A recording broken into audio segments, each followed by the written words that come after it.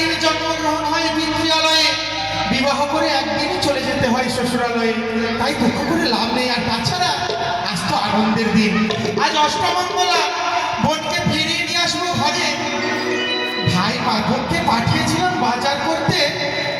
এখন দাদা প্রণাম তো চুপে থাকা মাধব। দাদা এখনো কাঁদছিস তুই?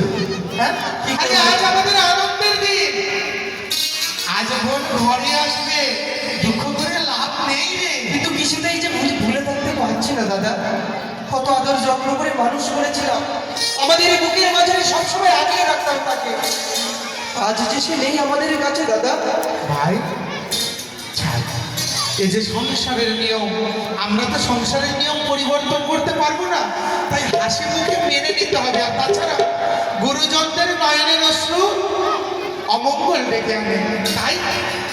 তাই তো জয় দাদা, সত্যি আমাদের চোখের জল হয়তো তাকে দুঃখ দিতে পারি, আমরা আর কাঁদবো না দাদা। তুই বাজার থেকে শাড়ি ক্রয় করেছিস? হ্যাঁ করেছি তো। আচ্ছা শোন, বোনকে ফিরিয়ে আনতে যাবো সত্য, কিন্তু এইভাবে যদি কাঁদতে কাঁদতে বোনের কাছে যাই, বোন তো মনে কষ্ট পাবে। হ্যাঁ হ্যাঁ ঠিক বলেছো। তবে কি করা উচিত আমাদের? কেন, নিত্যদিন আমরা যা করি, পুষ্পদানে গিয়ে খেলাধুলা করবো, আমাদের বিষণ্ণ চিত্ত কেটে যখন আনন্দে মনটা ভরে উঠবে, তখন বোনকে ফিরিয়ে নিয়ে আসবো। কেমন? ঠিক বলেছো দাদা। তবে বিলম্ব কিসে, চলো ছুটে আমরা পুষ্পোদ্যানে যাই। ওই দেখ সম্মুখে পুষ্পোদ্যান, পুষ্পোদ্যানে গিয়ে আমরা সুন্দর করে খেলাধুলো করবো। সত্যই বলেছো দাদা। দেখো কত রকমের ফুল যেন এই পুষ্পোদ্যানে আজ প্রস্ফুটিত হয়েছে দাদা। সুগন্ধময় হয়ে উঠেছে এই পুষ্প উদ্যান। বৃন্দা